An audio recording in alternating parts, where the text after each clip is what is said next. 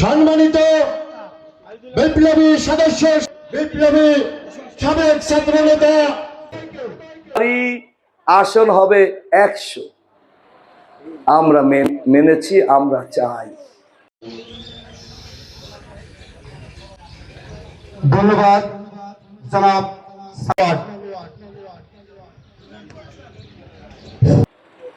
কিন্তু আমরা দেখলাম নারীর ক্ষমতায়নের কথা বলে, যে দলটি নারীর ক্ষমতায়নের কথা বলেছে, তারা কিন্তু একজন নারীকেও নমিনেশন দেয়নি। এবং আমরা যখন দেখতে পাই আজকে প্রার্থী পেয়ে সেই আমাদের একটি মিথ্যা ভাওতার উপর দাঁড়িয়ে তারা নির্বাচনটি করেছে।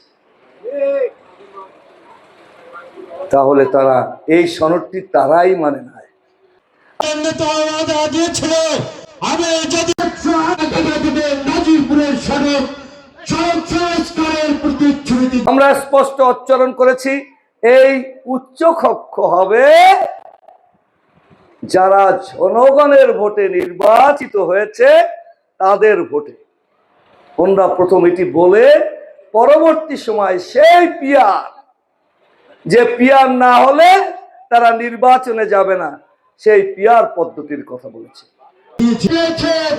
আগামী দিনে কি পাবেন সেই দিকে আপনাদেরকে প্রশ্ন রাখছি। ঠিক আছে ভাই, দুপুরবেলা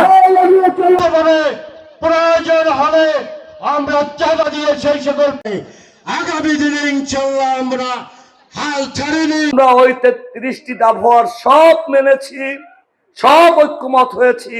আমরা বলেছি অবশ্যই নারী আসন হবে 100। আমরা মেনেছি, আমরা চাই।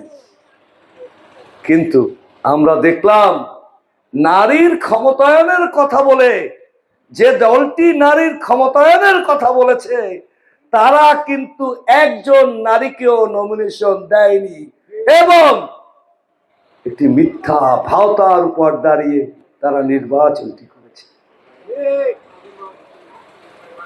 তাহলে তারা এই সনদটি তারাই মানে না। আমরা স্পষ্ট উচ্চারণ করেছি, এই উচ্চ কক্ষ হবে যারা জনগণের ভোটে নির্বাচিত হয়েছে তাদের ভোটে। আমরা প্রথম এটি বলে পরবর্তী সময় সেই পিয়ার, যে পিয়ার না হলে তারা নির্বাচনে যাবে না, সেই পিয়ার পদ্ধতির কথা বলেছে।